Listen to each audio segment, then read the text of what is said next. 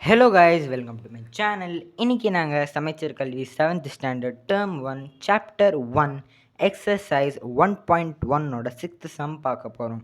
So உங்ககிட்ட சமைச்சர் கல்வி book இருந்துச்சுன்னா பேஜ் நம்பர் 9 எடுத்துக்கோங்க. So let's move to some.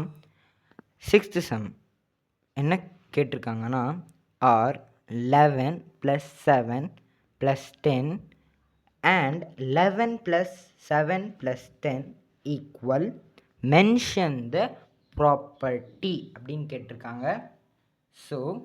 So இங்கே என்ன கேட்டிருக்காங்கன்னா, 11 + 7 + 10 and 11 + 7 + 10 are equal. இதில் நீங்கள் கொஷின்லேயே பார்க்கலாம் எங்கெங்கே ப்ராக்கெட் இருக்குன்ட்டு. ஸோ ப்ளஸ் பண்ணலாம். 11 + 7 equal to 18. 18 + 10 equal to 28. So இங்கே எப்போவுமே நாங்கள் ப்ராக்கெட்குள்ளே இருக்கிறது தான் முதல்ல பண்ணணும், அதுக்கப்புறமா தான் வெளில இருக்கிறது பண்ணணும். So 10 + 7 equal to 17. 17 + 11 equal to 28.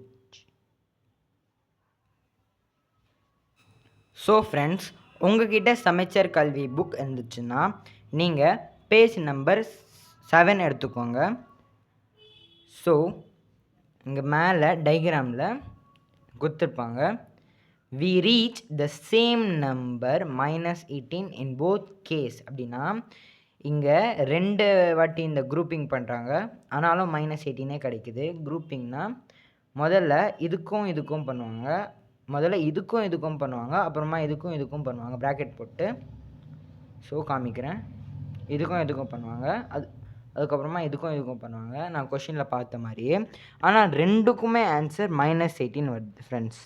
So regrouping என்ன தான் அது மாற்றி போட்டாலுமே does not change the value of the sum. ஆனால் ஆன்சர் மாறாது. அதனால் இதற்கு அசோசியேட்டிவ் ப்ராப்பர்ட்டி அப்படின்றாங்க, அண்டர் அடிஷன் அப்படின்னு சொல்கிறாங்க. ஸோ நம்ம therefore both are equal. ஏன்னா ஃபர்ஸ்ட் கொஷின் இதுதான் கேட்டிருக்காங்க, ஈக்குவலாக இல்லையான்னு கேட்டிருக்காங்க. So therefore both are equal.